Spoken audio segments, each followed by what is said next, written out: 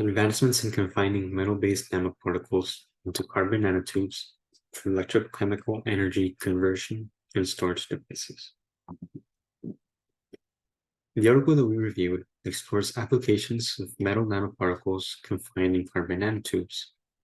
One such application is their use as catalysts for polymer electrolyte membrane fuel cells, which will be referred to as PEMFCs.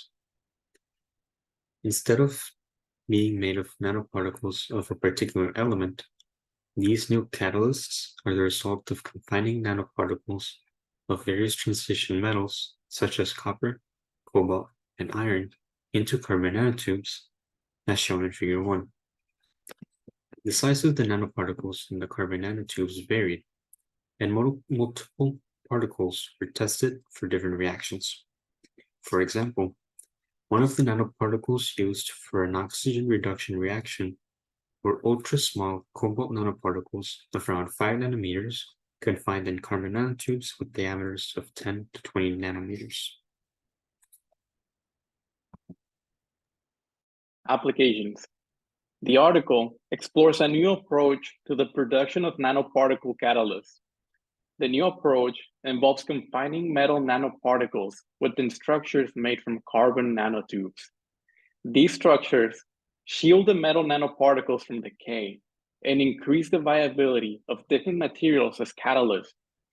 Motivation behind this research stems from the limitations of current catalysts. They're often too costly and fall short in terms of desired stability and activity rates. Given their crucial role in energy storage and conversion devices, improvement to nanoparticle technology is essential to the advancement of a low-carbon economy.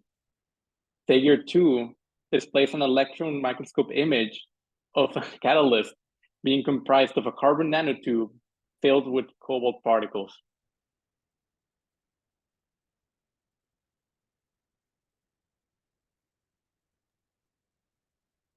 PEMFCs convert chemical energy in fuels such as hydrogen and formic acid into electrical energy by electrochemical reactions such as this oxygen reduction reaction. Metal catalysts decrease the overpotentials that often cause problems for the reactions in PEMFCs. Nanoparticles encapsulated in carbon nanotubes further improved kinetic activities by serving as active sites in facilitating electron transfer by the formation of a dipole between metallic centers and the outer walls of the carbon nanotube.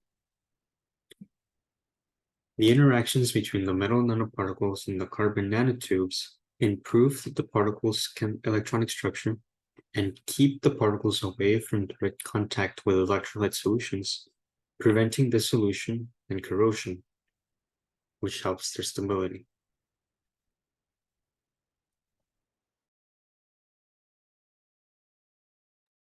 Improvements. Currently, platinum-based catalysts are the most widely used type of commercial catalyst in electrochemical reactions. Carbon nanotube catalysts achieve comparable effectiveness while also being able to reduce the production cost of the catalyst.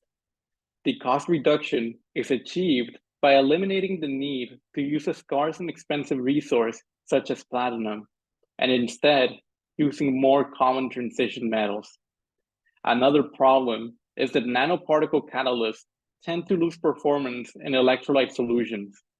Platinum, in particular, possesses poor performance in acidic environments. This occurs because contact with the electrolyte solution causes the surface of the metal nanoparticles to corrode. The corrosion of nanoparticle catalysts will reduce their effective area and will gradually decrease their activity and stability in reactions. By confining the metal nanoparticles within thin and porous walled carbon nanotubes, the nanoparticles achieve increased durability and effectiveness in acidic and alkaline environments.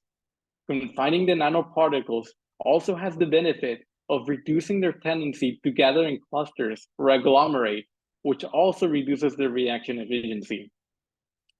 Figure 4 shows a graph comparing nanotube catalysts and platinum-based catalysts in an efficiency curve relating to energy conversion.